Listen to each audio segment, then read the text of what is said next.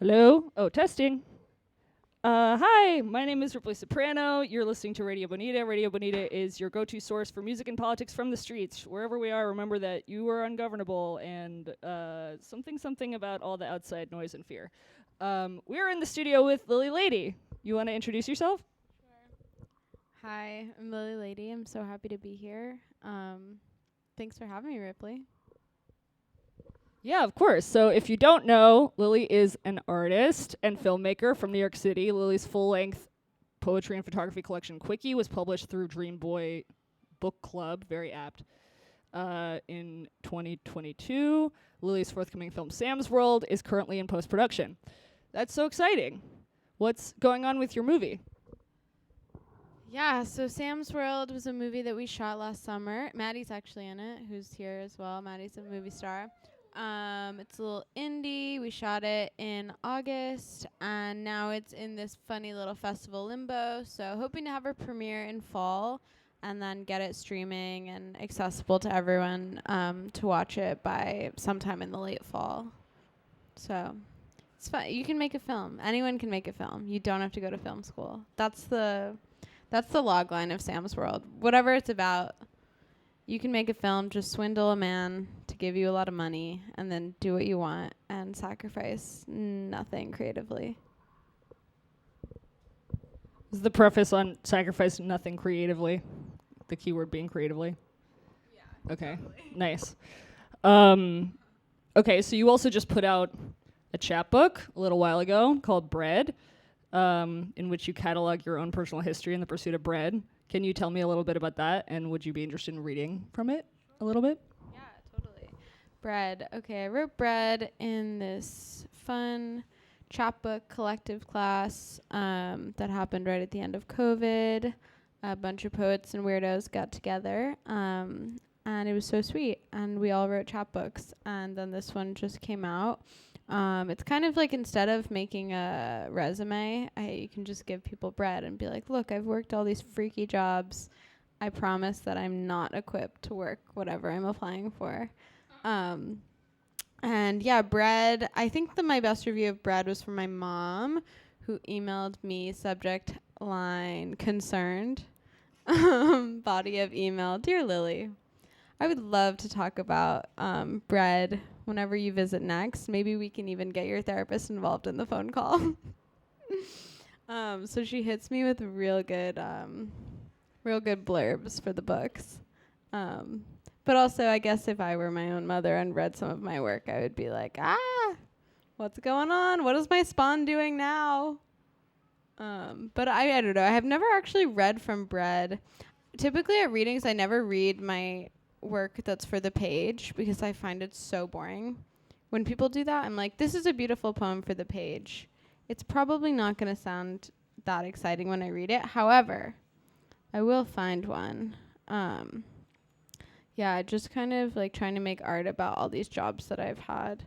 I guess I'll read Resume Builder, which is just a Yelp review and a Yelp response. Resume Builder, Anders B., 6/16/2019. Well, I had great expectations coming here tonight. Unfortunately, it didn't live up to the hype. The pastries were way too sweet. Hello, Sugar Rush. But the worst was the service. It was horrible. Waitress was extremely rude, not caring for our table, trying to rush us out when the place was still empty. Even rolled her eyes at one point. After only being open for several weeks, this is how you treat the customers? Response. Amy H., business manager, 6/21/2019. Hi, Anders. We apologize to hear your experience with us was disappointing. We strive to make every guest feel happy and welcomed, and we are disappointed that we were not able to live up to that goal. We have looked into the incident and have spoken to the server in question to ensure that this will not occur again. We hope that you can come back so that we can change your mind about us. So yeah, Resume Builder was based on when I was working at this dessert bar in Williamsburg. Shout out to Kitsby. Shout out to being unceremoniously fired from there, but also highly deserving being fired from there. I definitely rocked a really bad attitude when I was working there.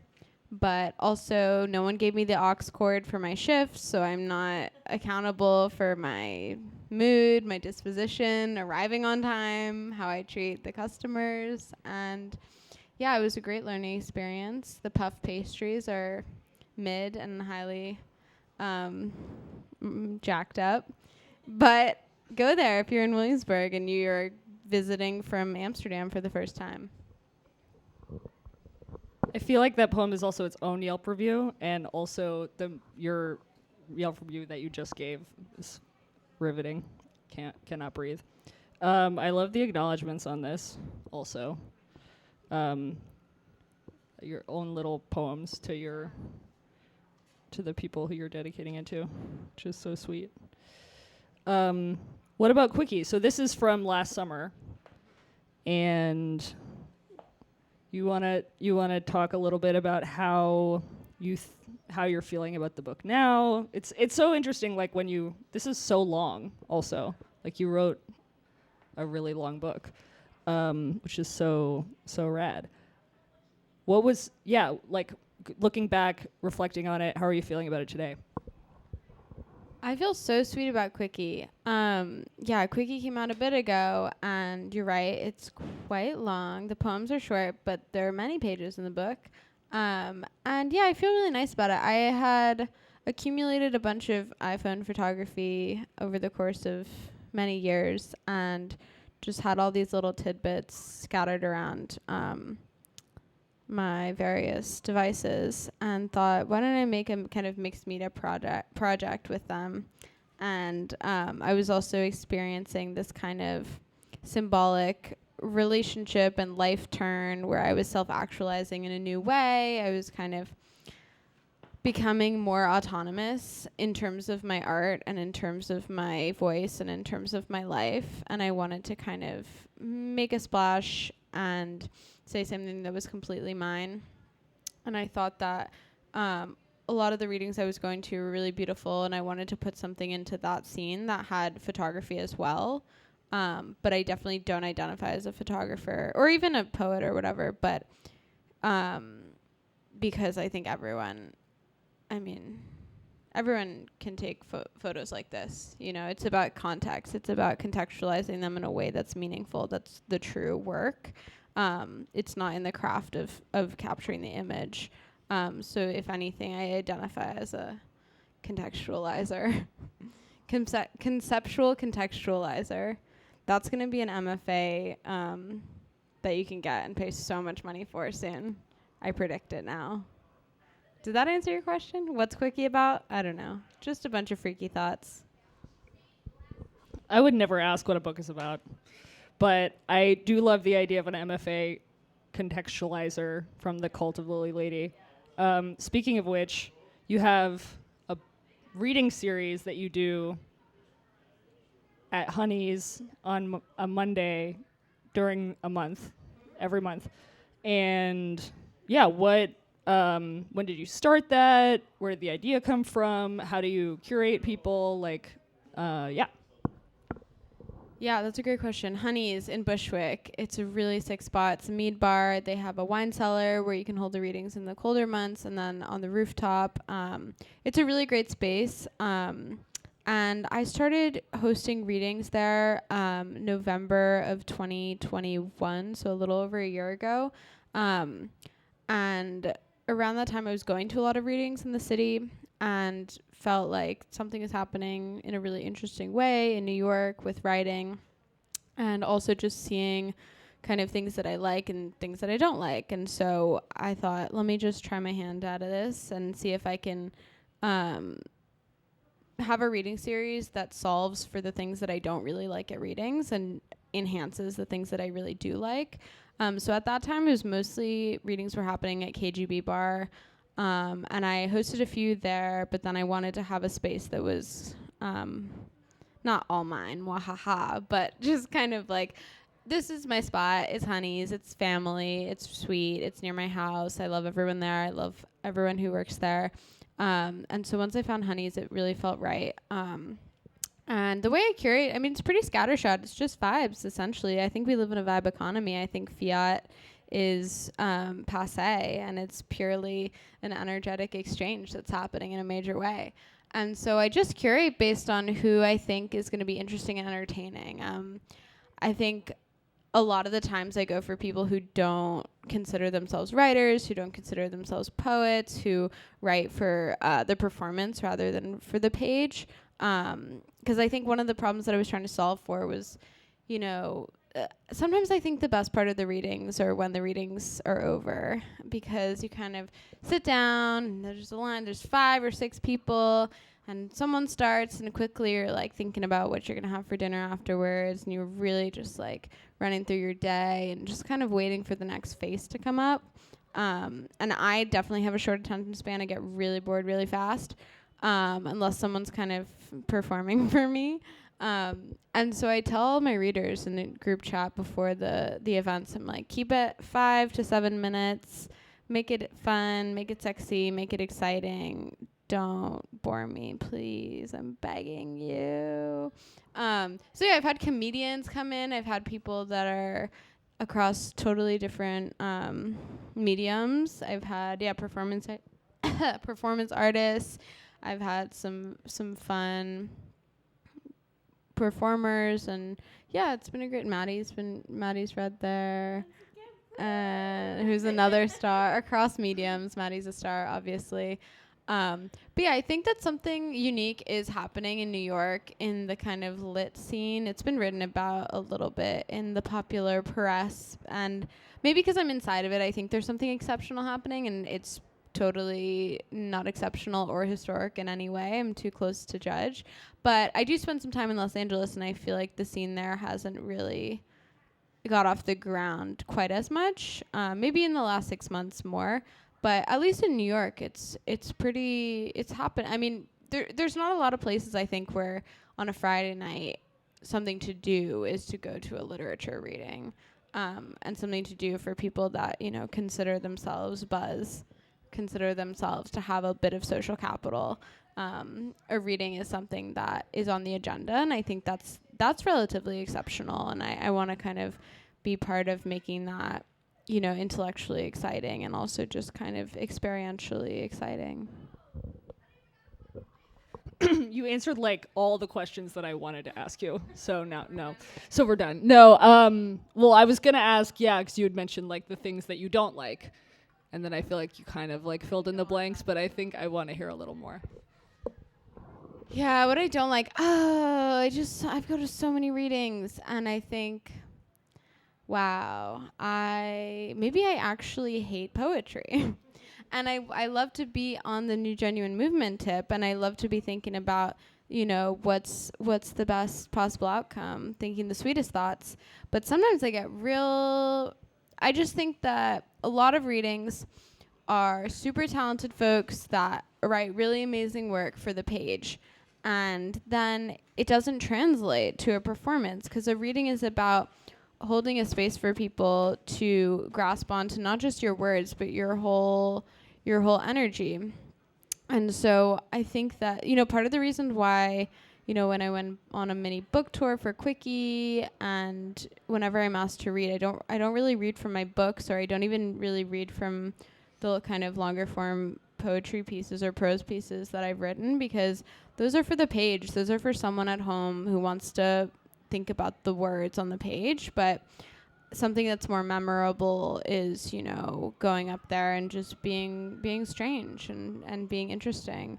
And so I think that as things move more towards kind of performance, the readings become more and more successful.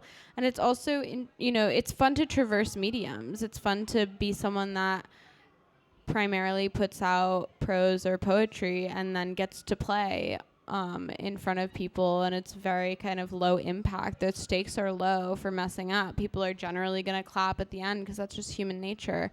And so I go to a lot of readings, and sometimes I feel that the time that everyone is devoting to, to go to the reading and to give their attention, which is such a gift. Every time I go to a reading and there's anyone in the audience, I feel so blessed. I feel like, wow, these people are being so intentional to kind of exist in community where something that I'm saying holds value to them. That's not something to, to brush off. That's something I take very seriously and want to kind of have it be a reciprocal transaction and have people feel really good and inspired even when they leave. And so that's an opportunity to kind of not make people feel really inured to kind of the wholly academic side of readings and literature, but to feel jazzed that, they can do exactly the same thing. The access point. I think the threshold should be lowered. Everyone can do a reading if they want to. And anyone can hit me up to read at Honey's if you have something to say or something to do. Drop a line. When's the next Honey's reading? And where's Honey's? Honey's is 93 Scott Ave in Bushwick. So it's off the Jefferson L. This is why they pay me the big bucks in merchandise and smiles. Yeah, I love Honey's. It's in 93 Scott Ave. The next one is on July 3rd, and I haven't even started building the lineup. And so, yeah, it's totally tabula rasa. I have some people in my mind, but yeah, I'm open to anything. And the reading series started from this Zoom series that I had during the pandemic, which was called Scribe Tribe. It's on indefinite hiatus, but it was this really sweet collective that I started over Zoom, where we would people would submit poems to me, and then we would crit one poem or even prose each week that someone had submitted. And it was super low stakes. I would say, just come. If it's not for you, leave the Zoom anytime. Like, no one cares. Don't come back, or come back every single week. It was also on Mondays. And I ran it for a year, I think. And people came from all over. People were there from California, Ireland, Berlin. It was so sweet. And everyone kind of got to know each other really well through each other's work. And I don't know, similar to Honey's, like bringing people together. There's nothing better than that.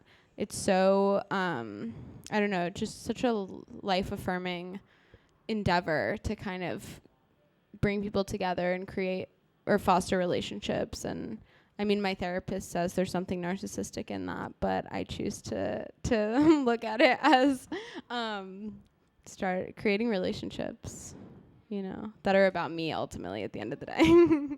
But I don't know. I mean, you hold events. It's like, it's so special, to provide something that people come together and celebrate in some way.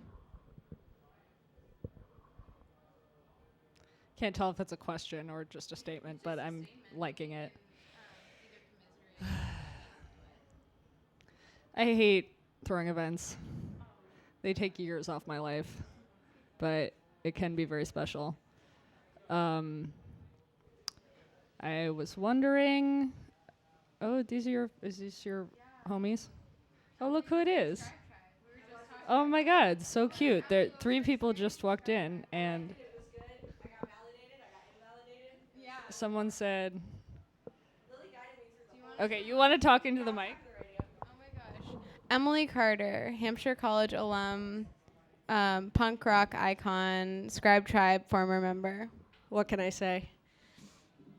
Hi, everyone. All you out there in Radio Land. Today is Monday. I am in New York City. I've come from Boston. I've written music about Lily.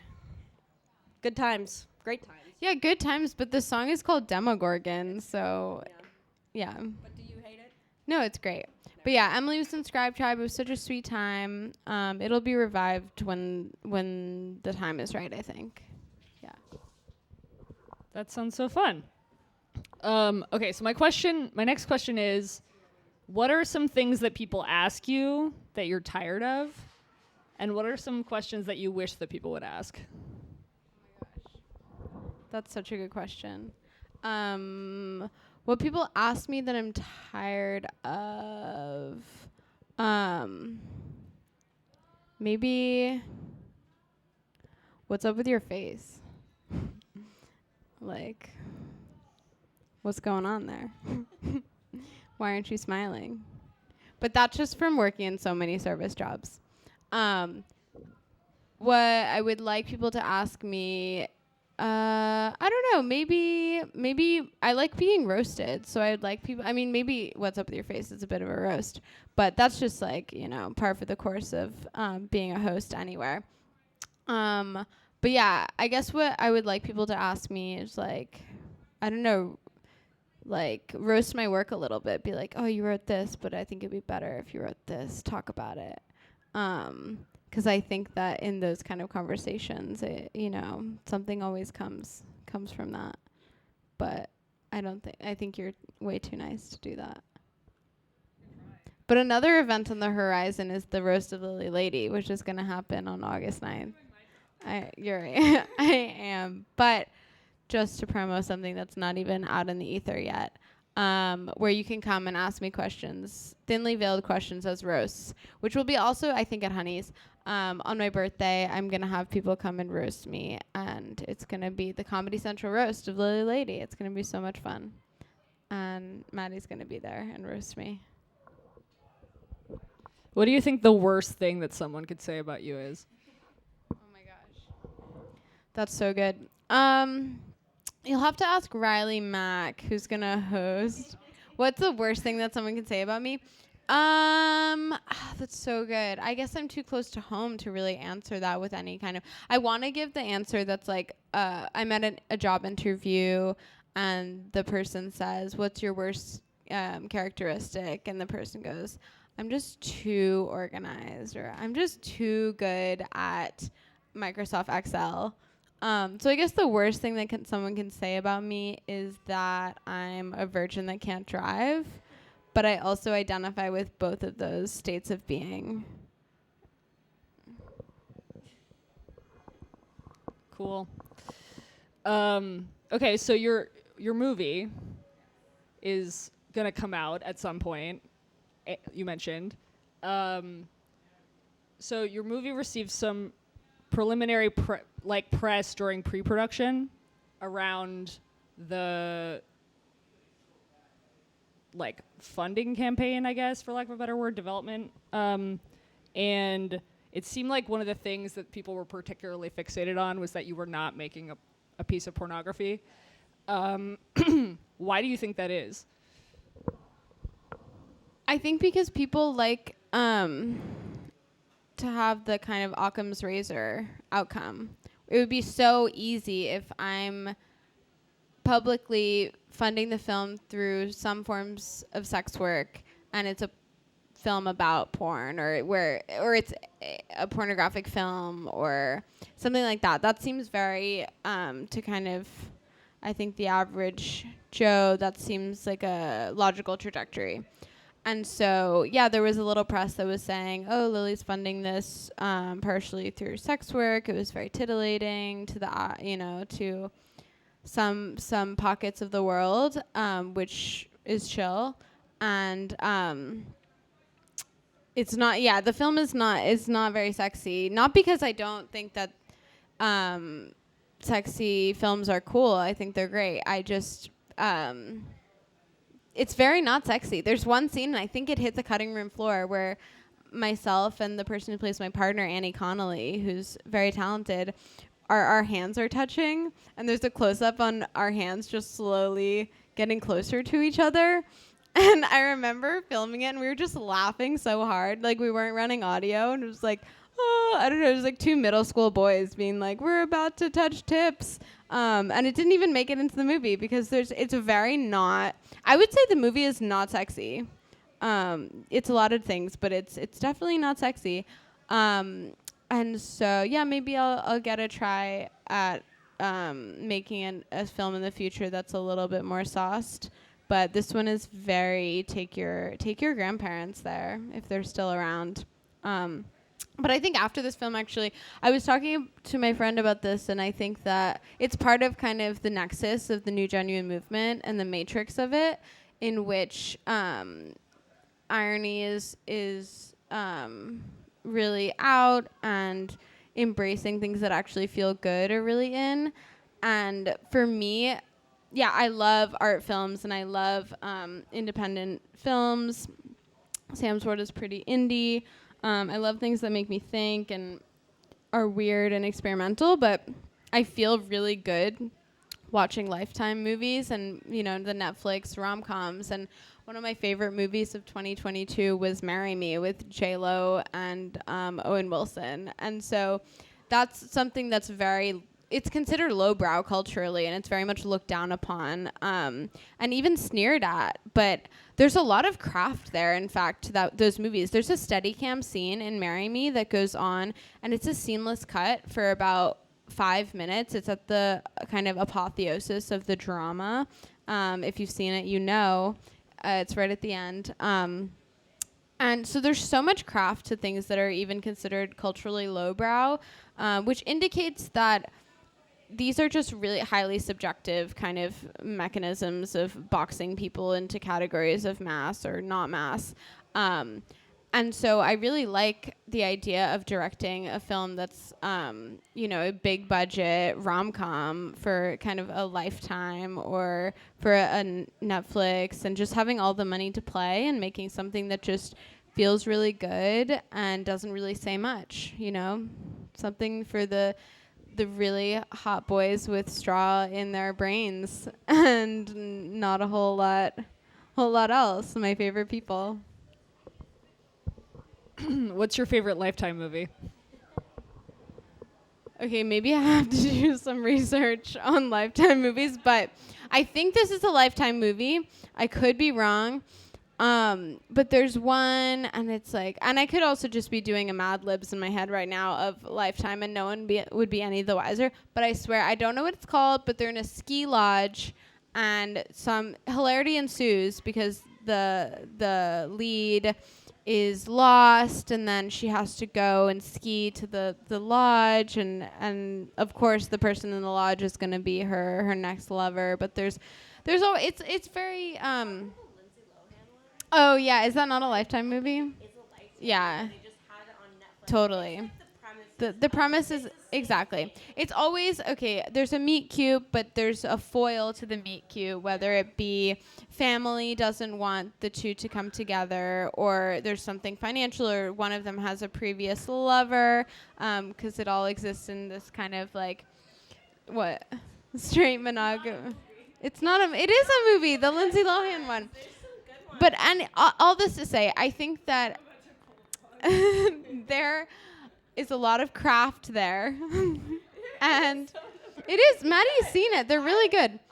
Okay, the Lindsay Lohan one, I'm gonna say was like one of the worst. One of the worst, which makes it on some level horseshoe. It comes all the way around. Netflix did do its own series of Lifetime movies. Yeah, they're really fun to watch. The drama and the romance. It's Shakespearean. It's a Shakespearean formula. So if you boil it down, it becomes, you know, it's like a theatrical play based on Shakespearean origins, and it's. No, of this ilk, these kind of romance style. I'm not talking about the ones that are like in cold blood. This person was killed and blah blah blah. Now we're gonna have people pretend. No, the fun, lighthearted ones. No, Ripley says no. Ripley says, have you seen Riverdale? First of all, I'm not ashamed of any of the media that I consume. Second of all, the best Lifetime movie. There was also a movie that was about the same exact thing. It's like true crime that came out on ABC, like within like, I think they might have even came out on the same day, but they came out in the 90s or the early 2000s, and it's about the Long Island Lolita. Do you know about this? And so, they had Alyssa Milano play her in one and Drew Barrymore play her in another, and they came out on the same day, and it's really spectacular. Two different movies about the same thing, and different networks. That's very Fire Festival. Do you remember when there was the Netflix and there was the Hulu Fire Festival? Wow, that's really with Alyssa Milano and Drew Barrymore. Alyssa Milano, shout out to Resume Building, but was someone that I waited on at a nice little Spanish tapas place called El Vez downtown. It was very kind, I can say, without any kind of qualms. Very, very nice person. But yeah, okay, well, I'll have to check out both of those and give them a letterboxed review. Yeah, perfect. Drama is the only thing worth watching. Comedy is the worst. in my opinion. It's been 30 minutes and it's starting to get dark up here in my brain. What about unintentional comedy? Things that you can't think of. Yeah, camp or something that's kind of achieves cult status because it's unintentional, like The Room, or cringe comedy, or I never saw The Room, but camp is fine. Like The Love Witch is really funny to me, but I think it's what? Yeah, we're gonna play some Grimes once. You're getting a compliment that you look like Grimes, pre Elon Musk Grimes. Yeah.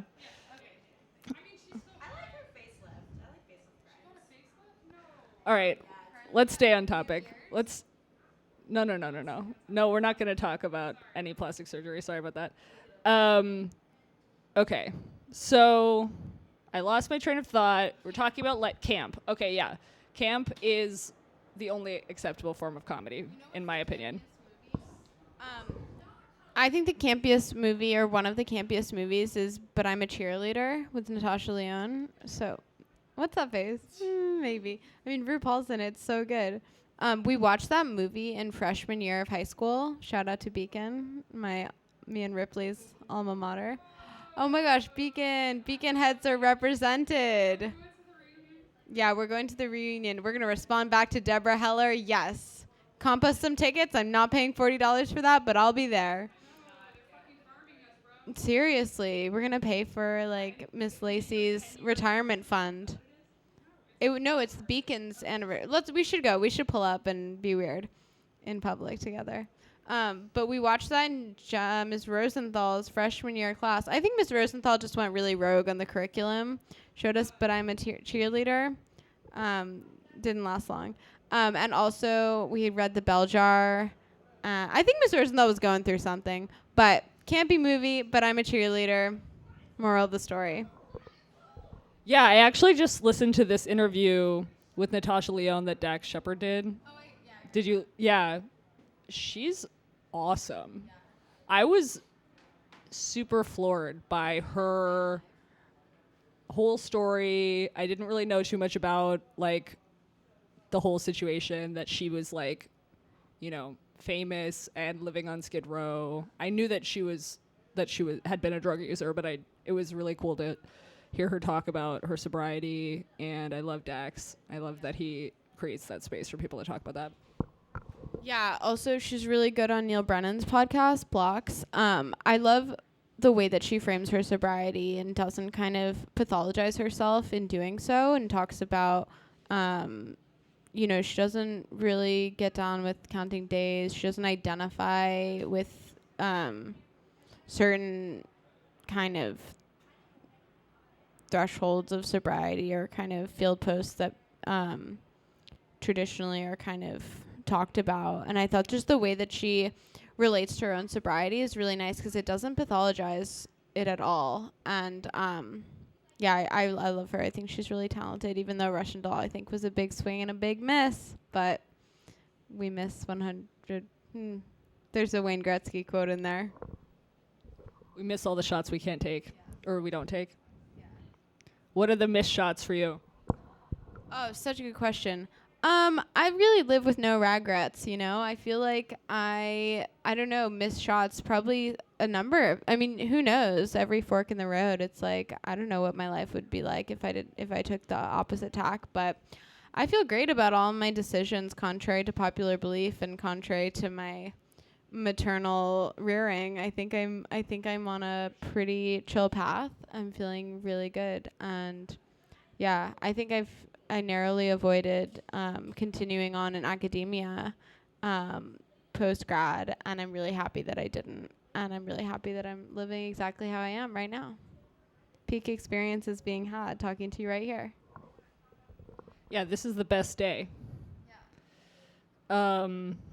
So I don't know if you can talk about this, so feel free to skip ahead. But you've been spending some time in LA. How is that going? LA writ large can definitely talk about. No NDAs will be breached in the making of this response. Yeah, I like LA. I feel really sweet about LA. I never really went there. I was actually born in Huntington Beach. I'm a New York City kid through and through, but I was born in Hoag Hospital in Huntington Beach. I spent 5 months there surfing the waves and catching 10 and getting real tan. But yeah, I never really spent much any time, in fact, in LA until my adult years, and I've been going there pretty with the frequency, back and forth, which is new and fun. I like to feel like a time traveler, of the Harry Potter style, where I'm just kind of duplicating myself. It feels really fun to, feel like a super human person that achieves kind of a corporeal presence in both coasts. And so in that kind of like magical existence and kind of magical realism way, I'm enjoying my path being both in New York and LA. I don't know how sustainable it is, but it feels really sweet for right now. I have a lot of friends out there, and I go for numerous business adventures that I'm happy to talk about and happy to also leave up to speculation. Speculation is always the best. So yeah, you've been traveling a lot. What are some things that you do to like stay present and feeling good and healthy, etc.? Good question. During travel, I mean, it's such a luxury to travel, so I feel really blessed to be able to just kind of navigate travel. And yeah, there are headaches here and there, but it's also something I'm so grateful to be able to do, just in terms of being physically able and also, financially able. So I definitely don't take that lightly. But just in terms of, quote unquote self-care writ large, being sober obviously helps, hydrating, being nice to people in the airports. It was funny because yesterday I had such a sweet airport experience. I flew out of Orange County, and it was such an easy airport, but I try to meditate and we've talked about this at every step of the journey. So meditate 20 minutes TM in the car on the way to the airport, meditate at the gate, meditate on the plane, just because I think sometimes the barrier between humans feels so insurmountable until we realize we're literally all the same person. Like, we are truly the same human being, hitting you with some stuff. But sometimes I have a real prickly feeling about other humans till I realize, oh, you're just me. Here I am. Like yesterday, I was sitting at John Wayne Airport waiting for my plane to take off or to let us board, and I was sitting, the seats at the airport at the gates where it's like you can feel the person behind you. And I have lots of intrusive thoughts. Shout out to Anjali, my therapist, for helping me through them. But I have a thing about people I can't see accidentally hitting into me. It's it's a whole thing. But I sat down, and then a person sat down directly behind me, totally within their right to do. And I kind of shifted in a very aggressive way where, like, I don't know, I felt like a lot of psychic resistance towards this human being. And then I checked myself, and I was like, Lily, come back to planet Earth. This person just wants to sit down. Don't we all want to rest our legs? Yeah, I am that person too. So every time I'm traveling, I think about how I'm just every other person in this airport, and don't they/I deserve to have a really sweet and seamless experience? The answer is yes. The answer may not surprise you. Yeah. Is that part of your CBT, like that we're all the same? Because we don't like Elon Musk, right? Oh, yeah, no. I'm just saying, it's not really What does Elon say about that? what is Elon Yeah. about? Wait, what is where does Elon factor in? She's He's just like, they're not the same as let's just say like somebody who owns like a lot of factories. Oh, yeah. No, we're literally the same as Elon Musk. I can't agree with that. Okay, totally. I'm down to chop it up with you. I'm down. Yeah. Like horoscope, universe, new religion. Yeah. Based on all of this. And it's Totally. Yeah, it's helping us cope, but also like there's nothing beyond coping. I feel like there's no like there. It's like get through the day, feel good, don't think about it too hard. Let's have a fun one, you know? As long as it's not harming anyone else. Oh, for sure, I'm down. I'm down with historical materialism. And totally. Yeah, 100%, but I'm like if we can foster empathy, it's going to ultimately yield better outcomes. And if I'm in the airport feeling really pressed about someone, I'm probably going to put that energy on someone that's suffering because it's easier to do because in that situation, I have more power. And so I think that if we can like look at it horizontally, or we can look at it vertically. Like, yeah, I can feel empathy for Elon Musk. I don't think that's as interesting as being like, what are the day-to-day moments when I'm feeling really pinched off from my humanity? If that comes up, I'm probably going to be like shitty to the person that's like my Uber driver or like someone that it's a lot easier to be shitty to. And so, yeah, that's just kind of where my entry point is. But I agree. It's like things that are deceptively simplistic or deceptively rah-rah woo-woo sometimes actually are toxic in their own ways, and it's really important to unpack them and prod them and kind of see if they're actually perpetuating kind of systems of inequality.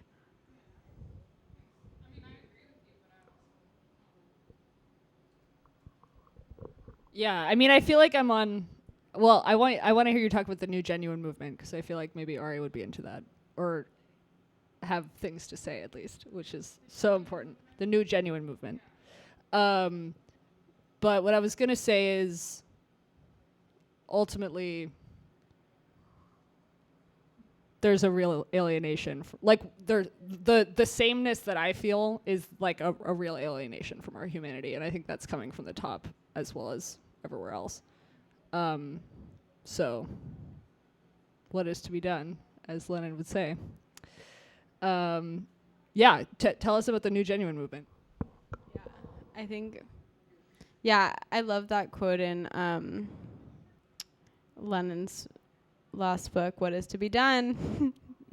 Spoiler, it's unanswered. New genuine movement, I don't know, it's just this fun little way of thinking about how I like to move through the world.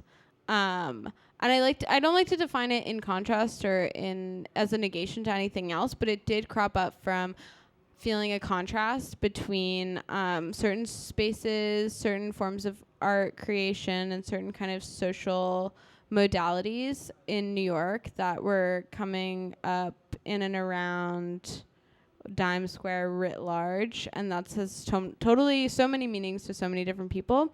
But I think I just had a really visceral reaction to a couple contrasting experiences I had socially that I thought, oh, such a scarcity is being perpetuated here, and kind of this sense of irony, and that's I feel like from a place of lack or from a place of like fear of the unknown or creating kind of insider and outsider spaces. And I just don't think that's that interesting. I think it's way more interesting to be really open and curious and be just kind of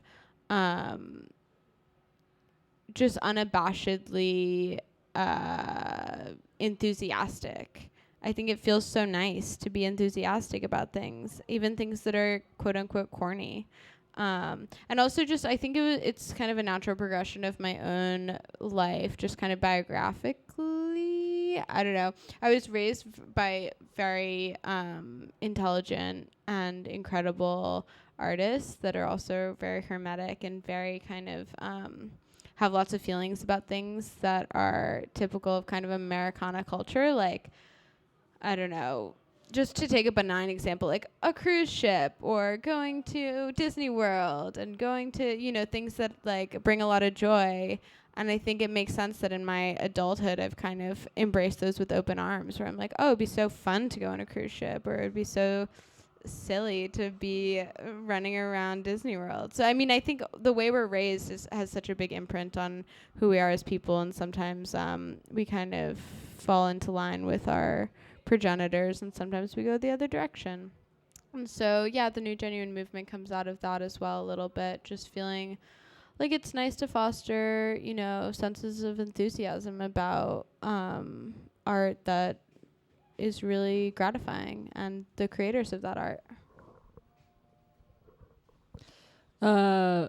Any additional questions from the audience before we wrap up? I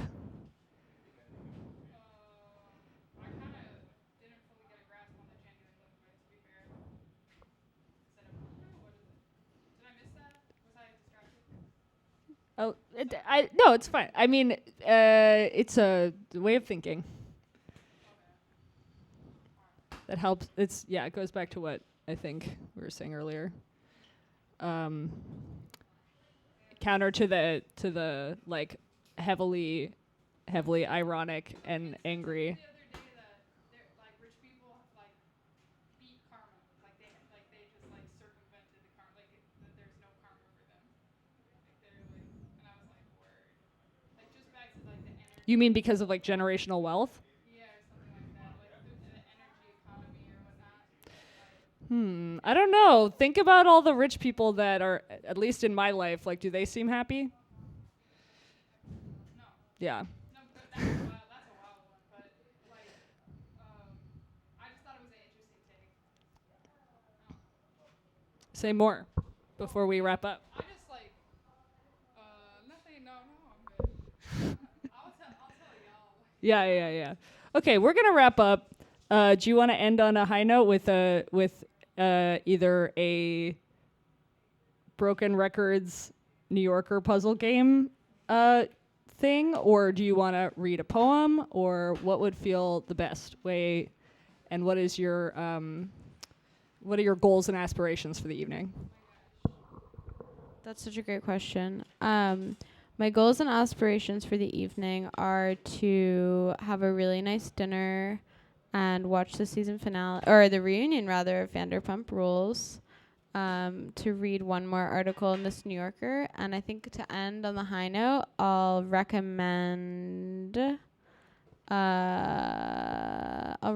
something. Let me think. Maybe I'll recommend... I'll recommend an article that I just read in this. So it's by Evan Osnos.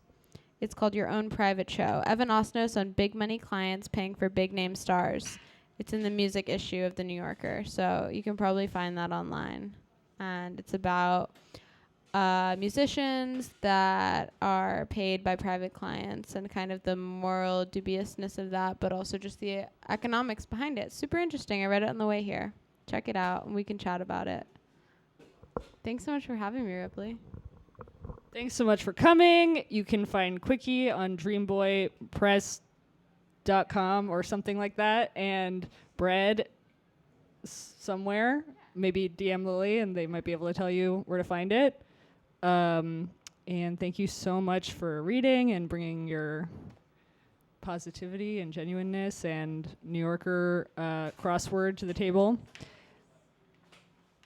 We hope that you come back. You've been listening to Radio Bonita. Radio Bonita is your go-to source for music and politics from the streets. Have a good 10-minute break before Cyrus comes in and we do another interview. Talk soon.